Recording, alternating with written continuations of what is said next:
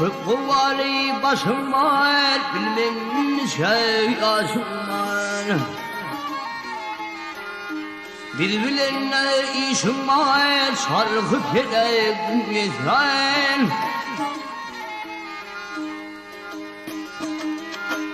Niceler gitti geçip, durmuş ağzın içip.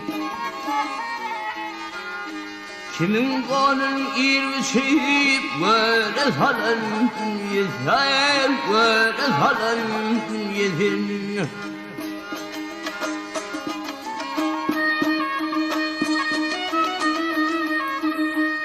Kim ahlar ettim, doğrularına yad ettim.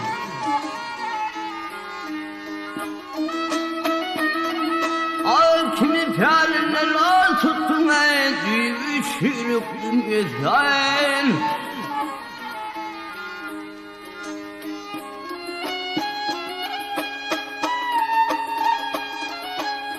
Dağlar başı dumanı, kökler kalın armalı. Kim şeriat yoluna tutula geçen yeter.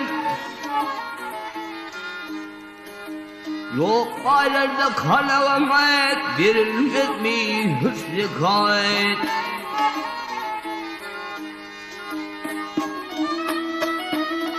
Kalmadı sabır takat, kalmalı yeter.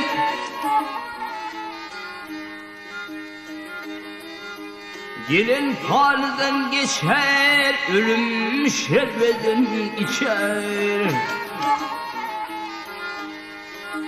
Canım kusurla uçar, bir yalan şeyim yeter.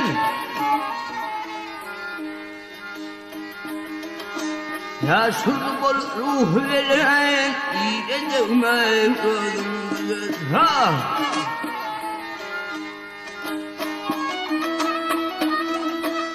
Milletimi al bir edey, yerkim almadın yeter.